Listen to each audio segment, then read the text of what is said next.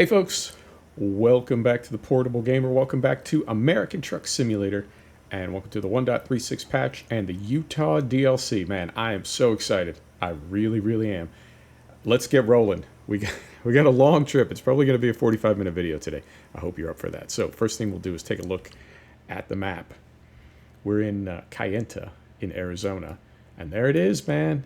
There is Utah, and right there on the east side of the state, Moab. Oh, man. I can't tell you how happy I am. Now, there was a job going out of Page up to Cedar City, but it would have been a shorter trip and we would have missed Moab. So we're going to go around this way, and there is my beloved Highway 191. I'm ecstatic, man. I'm so happy. I really am. Right. I think we're good to go. I think we are. Here we go. I built this truck. I built it and bought it, and it was more or less just for this trip. Because we're in 1.36, and because I'm not 100% confident that everything has been patched up, although with the DLC being live, I think 1.36 is no longer beta. It is full release. But I don't know if everything has been, as far as mods, if it's all been brought up current. So, how do we get out of here? Sir? Oh, it's back that way. Okay, so we got to loop around. Try not to throw the camera too radically. Even though 1.36 is out of beta, I don't know if all the mods have been converted over and are good to go. So I did not want to try the Viper. I believe that modder only releases like when the patch is fully done. That's only then do they release their conversion. And since theoretically 1.36 has only been out of beta for a few hours, I just wasn't 100% confident. And I know with the new DLC, occasionally there will be some crashes. So anything we can do to minimize crashes. So we're in a base game truck that I built, and we've got a base game trailer on. I did, if you didn't see it from the outside, we'll stop again right here. I did hang the flags, and I did put the banners on front and rear. We've got a 53-foot flatbed, which is not, I wouldn't say that you would see oversized load placards on a 53-foot trailer.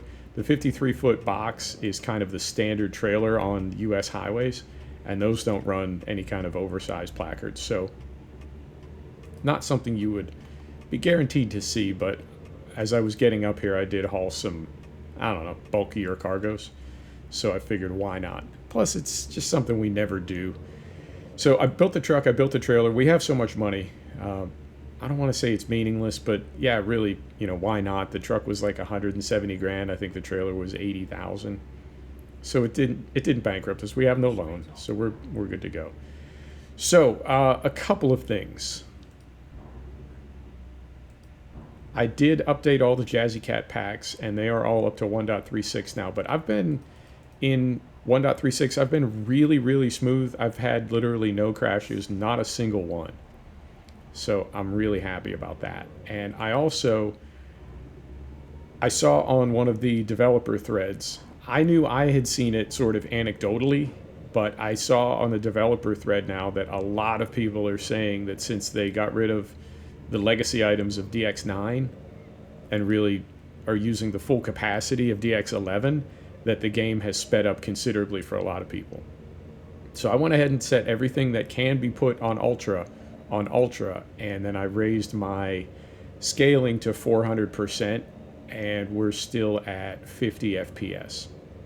Now, it's actually a little bit higher at night, which was weird for me the first time I realized that, but what I think is going on is it's not rendering the far distance at night, and in some cases I think it may not be rendering clouds if it's kind of a starry night. But I know at night I was getting, with those same settings, I was getting like 65 and 70 FPS outside of cities.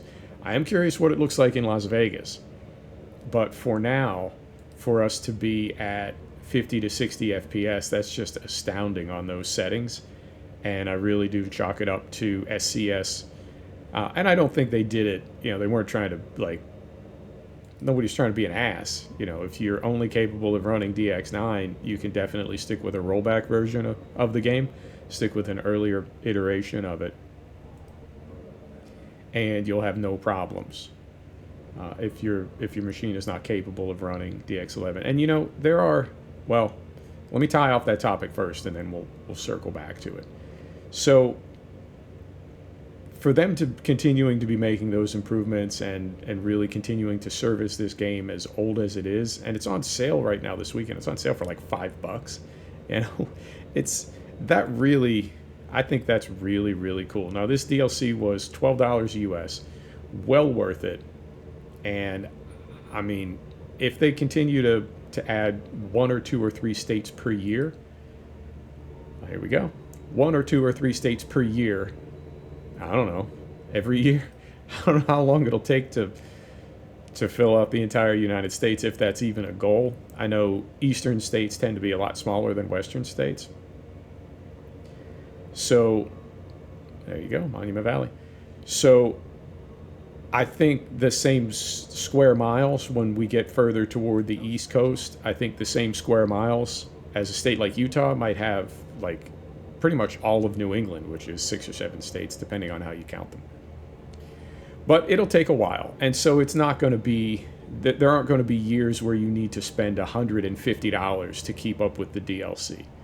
I don't think that's ever going to be a problem. So at the current pace, I don't feel like this is a cash grab at all. And for them to then back up an $11 DLC, well, $12, $11.99 US, for them to back up a $12 DLC with putting the game on sale for $5, not a cash grab. I'm really impressed with SCS. I think they're doing great, and there's so many things to like about this game at any given moment, and right now there are even more things to like about it. I mean, I'm noticing things like if you look in the cap of our air cleaner, up above the air vents, the little air holes, you can see we've just got that crystal clear mirror reflection of the road behind us. It used to be sort of stylized, and it was, you know, there were shapes moving on there, but you couldn't really see what you can see right there.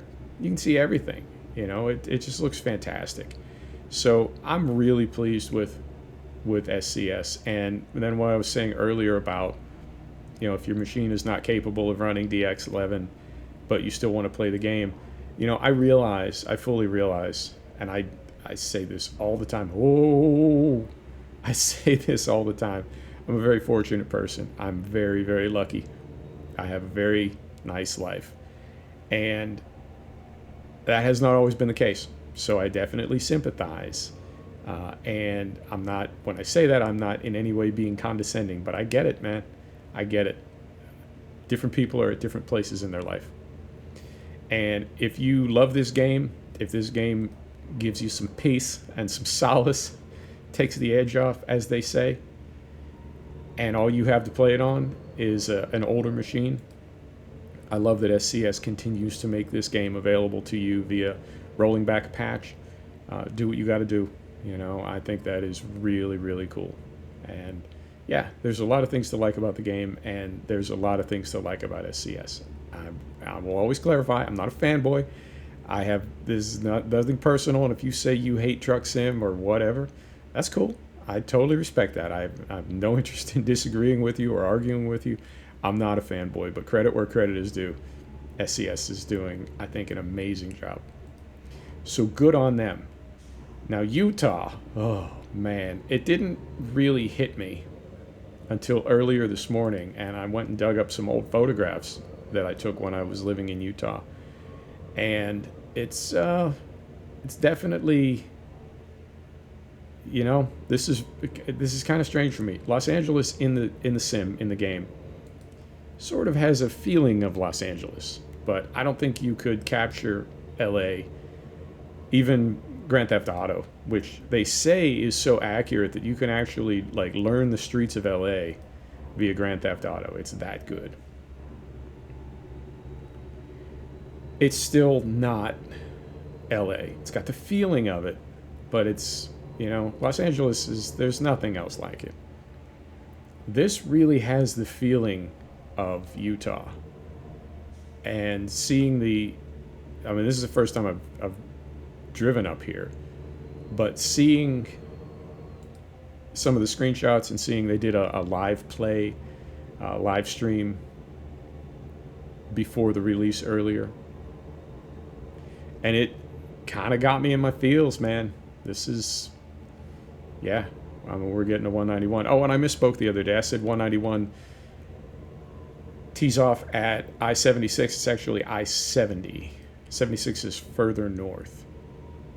But regardless, it's something else, man. It really is. Bluff, Blanding, Monticello.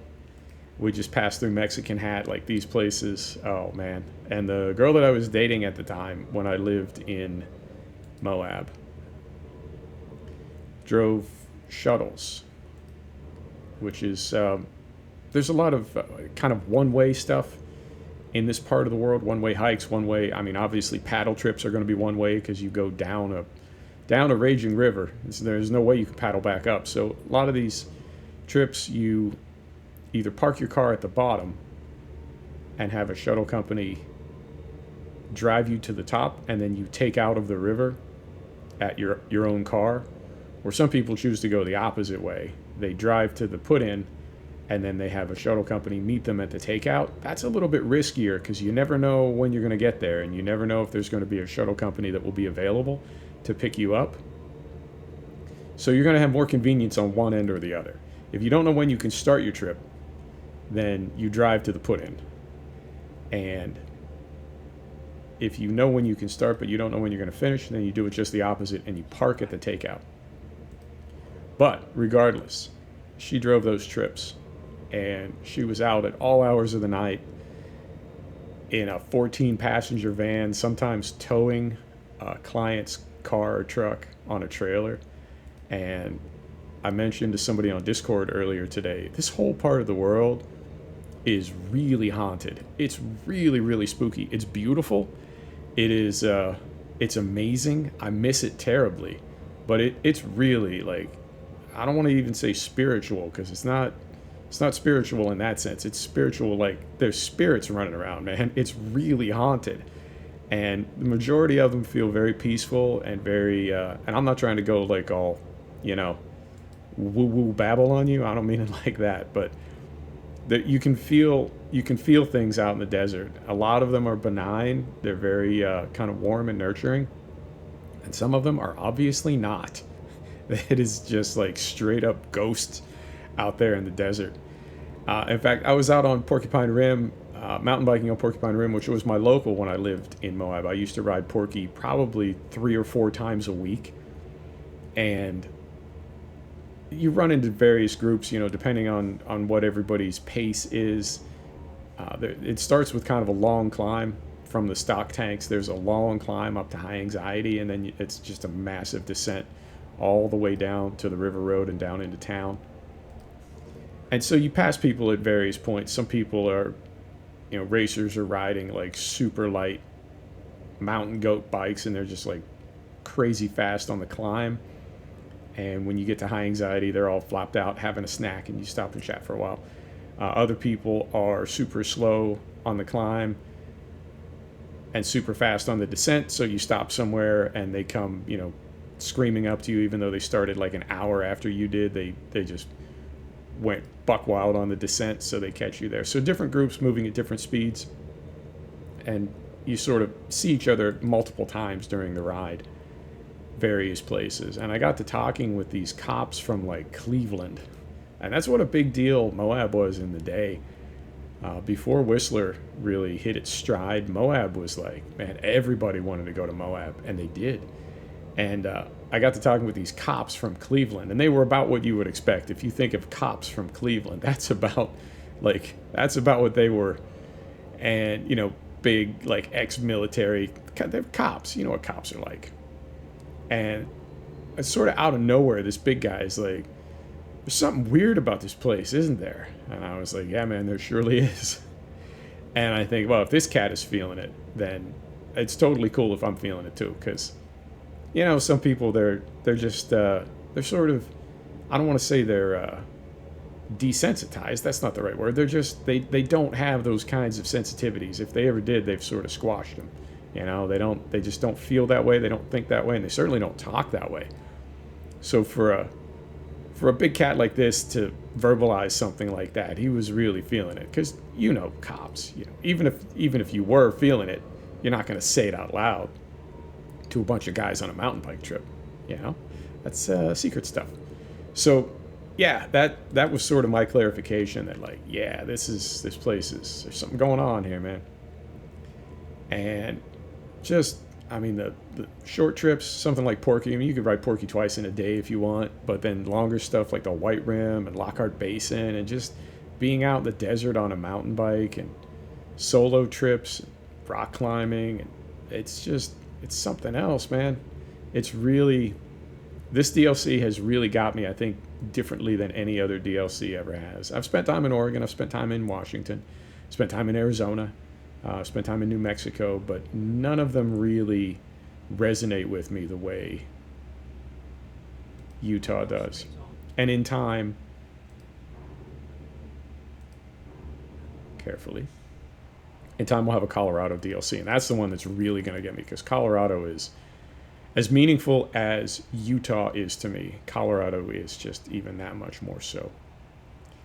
So there is, what was the company that was based in Cortez? There's a mountaineering and backpacking equipment company based in Cortez, and we went there. We were going somewhere, but we stopped there to, I don't know, do something. I had a question about like a warranty item on a pack or something, and we were just kind of in the area.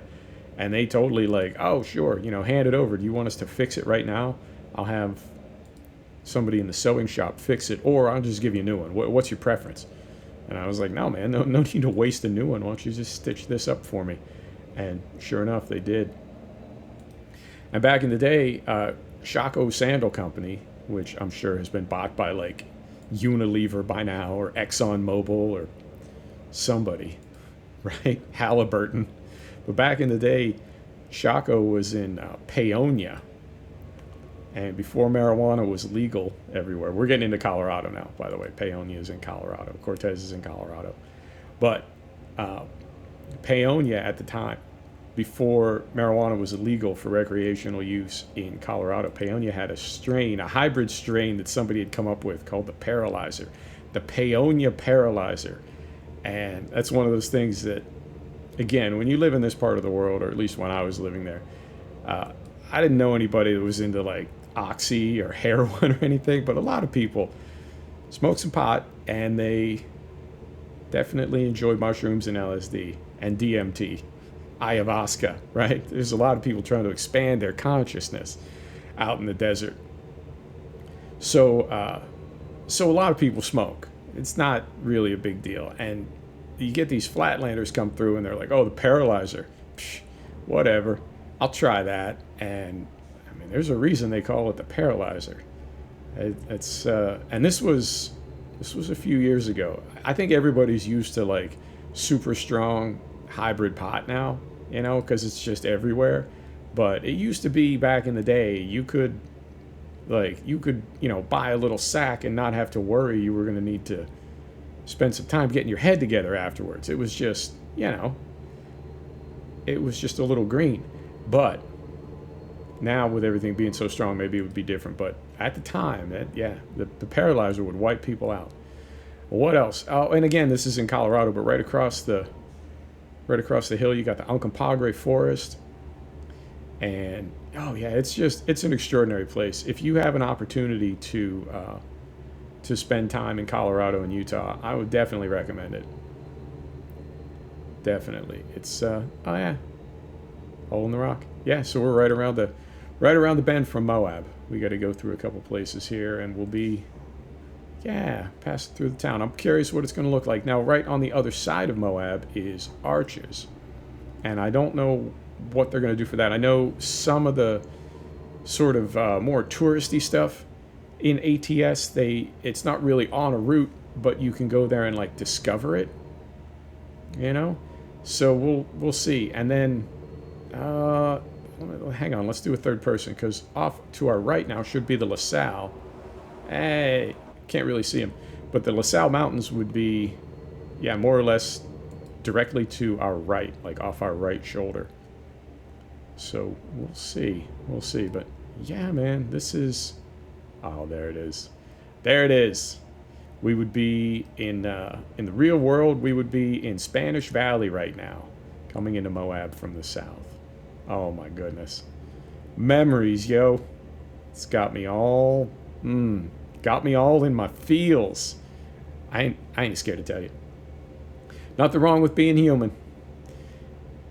The earlier you come to terms with that, the better you will do in this life. Ain't nothing wrong with being human.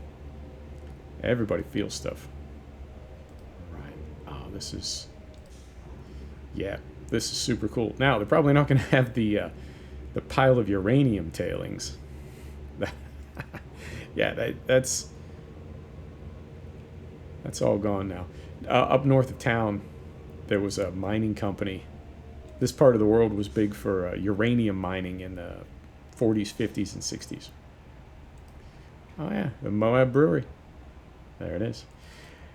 And a lot of these companies, when the bottom dropped out of the uranium market in the 70s and 80s, right? That's that dang old peace dividend. As the bottom dropped out, a lot of these companies just walked away from it, which is there's definitely some tension in places like Montana and Idaho and Colorado and Utah, because mining companies in some ways built these states. Resource extraction, right? Mining, drilling, logging. They sort of built these places. They put them on the map.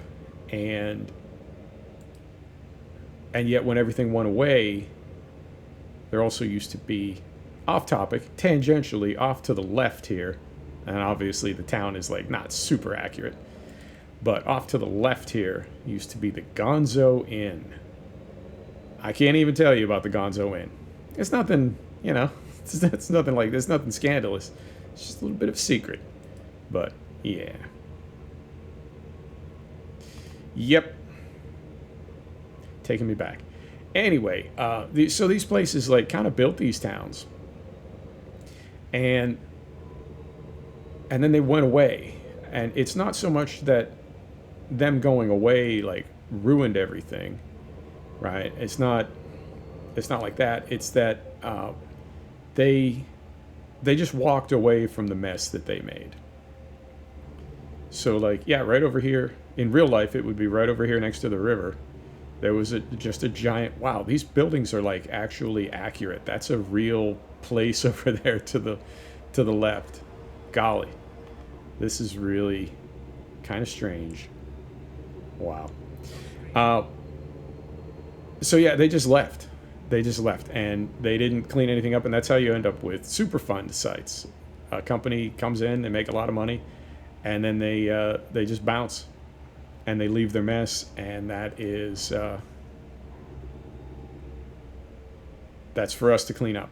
And again, I take no political position. It's not that kind of channel. I'm just stating a fact. So when Atlas pulled out, they just left a big pile of radioactive waste on the edge of town, and went away. And Moab is it's sort of a cancer cluster. Unfortunately, I know some people from Moab that got cancer, which I know is a thing that, it does happen. It's not like it only ever happens, but it happens more in some places, and that's why they end up being called a cancer cluster. So, yeah, not trying to bring things down, but that was something you saw back in the day when you came into Moab from the north. There was just looked like a big pile of dirt, but it was actually a pile of uranium tailings. So it goes, oh, is the airport going to be up here? The airport would be up here on the left. Yeah. Beautiful. I see something over there. Oh, we're already at the interstate. Oh, okay. So it's not exactly to scale. Yeah, it takes, of course it's not to scale. It takes about 20 minutes to get from town to the interstate, so. But we do run at what, 15 to 1? 15 to 1 compression. So yeah, that'd be about right. Took a minute or so. Yeah. Oh my goodness. This is fantastic. And again, the frame rate and the render that we're getting, that is just the icing on the cake. So, yeah, kudos to SCS all around. Well done. Well done. Right, so we'll just head on down the road here now. We had, what, 300 miles to go, 335 miles? And I had just slept before we picked this up. So we may be able to make this in one trip, and we may not. But I'll certainly try. All right. There's something else interesting that happened to me in Utah. On this very road, on this very highway, but actually east of here, between Colorado and the turnoff for 191, I got pulled over by a very nice highway patrolman. It is Utah. Everybody's very nice in Utah. He was very nice, and we talked for a minute. All my paperwork was in order, and he said, "Sir, I'd like to search your vehicle at this time. Do I have your permission to do that?" And the funny thing was, I didn't have anything on me. I didn't have anything on me. I was going to make a list of the things I didn't have on me, but there's no need to do that. Let's just say I didn't have anything on me. I didn't have anything on me that I would have a problem with a police officer seeing. I was just irritated, because he was profiling me. I hadn't given him any indication that I had anything on me. I lived locally. I certainly didn't, there was no reason to search the vehicle other than he was going to roll the dice. And that's fine. I get it. And of course, in the U.S., the police, when they ask to search your vehicle, they do it in this incredibly grammatically convoluted way, so that by the end of it, you're really not even sure what the question was. I mean, the gist of it is, can I search your vehicle? But it's asked with like a ton of double negatives, and it's like if Yoda was drunk and trying to ask you a question, that's the form that the sentence takes. Very difficult to follow. So the trick is, the goal of asking the question that way is no matter what answer you give, you just agreed. Because it's a double negative, triple negative. It's crazy. So the way to answer that question is you say, "You do not have my permission to search my vehicle." And that was what I said. And he was totally cool. And he said, "Well, then I'm going to have to bring the dog." And I, okay. You can do the sovereign citizen thing and say, like, "Oh, am I being detained?" Don't do that. It's just, yes, of course you're being detained. Don't be an ass. So I didn't do any of that. I just said, okay, what happens next? And he said, well, we're going to bring the dog, but it's going to take a minute to get here, and I can't have you sitting in your truck by yourself, so I'm going to have to put you in the back seat of my car, but I'm not going to handcuff you or anything. And I was like, okay, that's cool. And so I sat in the back seat of his car, and I didn't talk to him or anything. He didn't talk to me. It wasn't like that. And he did get me a ice-cold bottle of water from his trunk, which was very cool because we're out in the desert. It was hot as hell. And so we sat in his car with the AC for, I don't know, half an hour or so. And a supervisor and a canine unit pulled up, went over my truck, and he came back, said, "Sir, you're free to go. Thank you for your time." And it was, it's one of those things that if you wanted to, you could get very angry about that.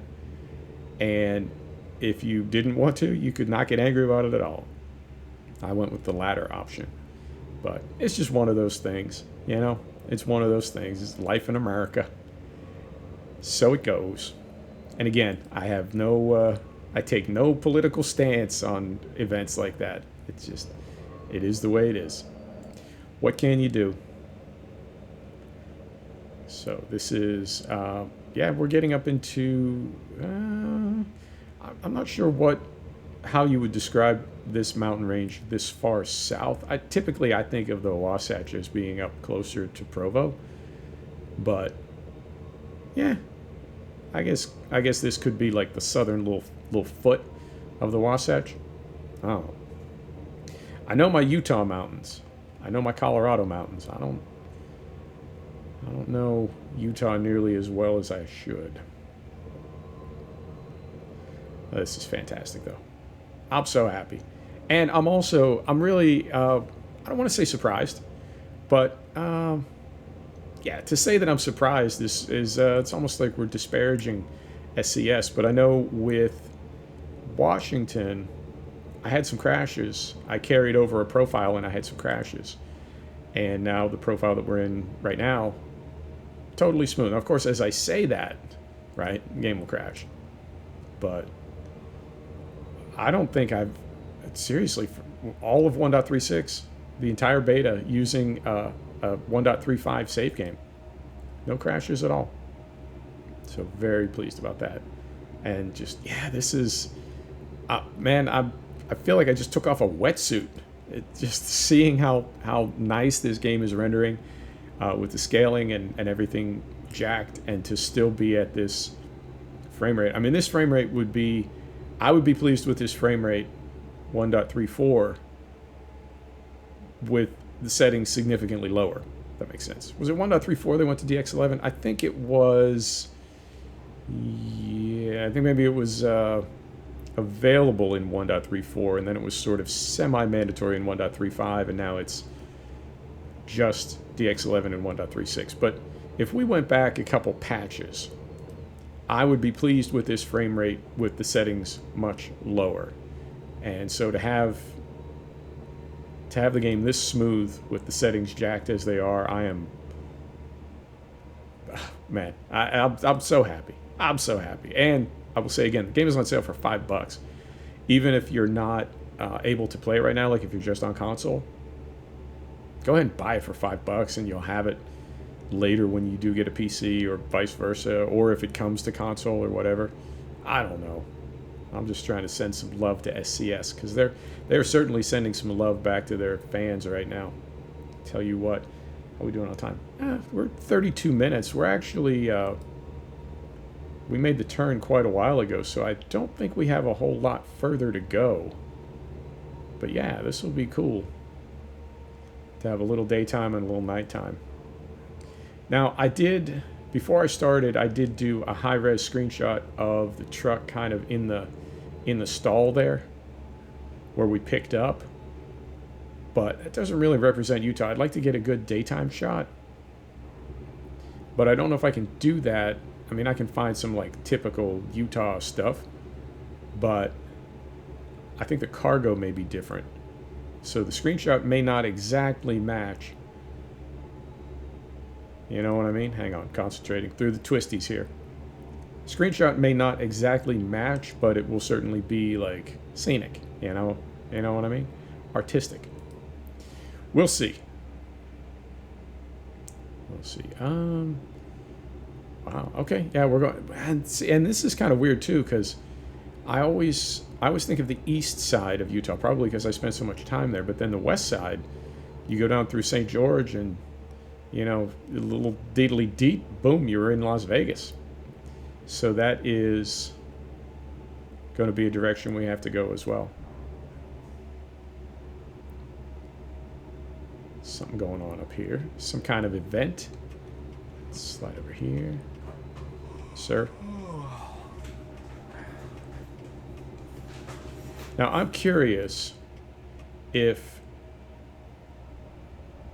traffic is actually mindful of turn signals. I've heard for the longest time that they want to set it up so that traffic does respond to turn signals and beacons.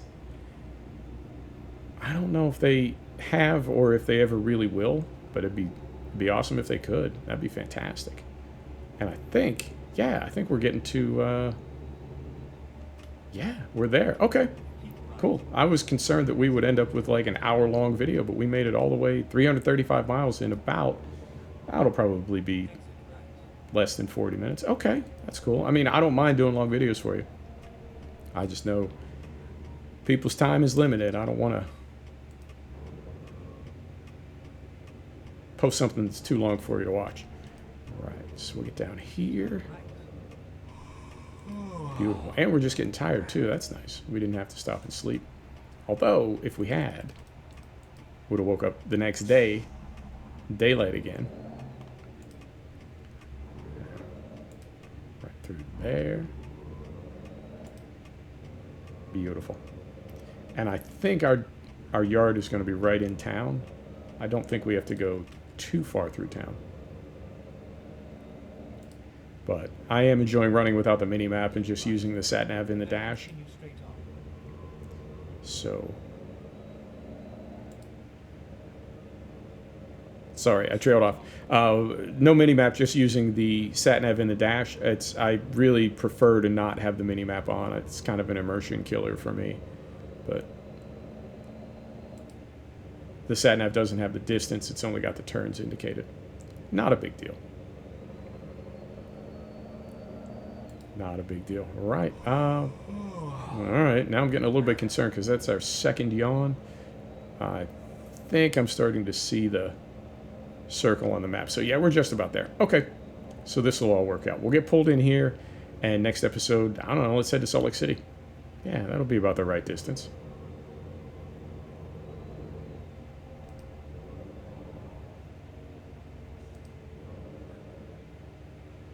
There you go. Beautiful. Some kind of gridlock situation here, sir. Sir? I don't know what's going on there. Guy getting his package directly from a UPS truck? That seems... You know what I'm saying? That's a little suspect. All right. I'll do it. We're going to, looks like ADM. We also carried over the 3D company name mod, and that's working in 1.36 just fine.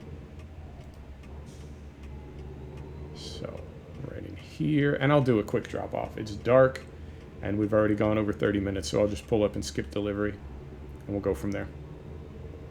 So yeah, man, Utah DLC. I am super, super happy, and the game is on sale. The DLC is available in the Steam store. Good to go. So pull this right in here. There's our message. Get her down to neutral. Set the brake and let's unload. All right, we are on time.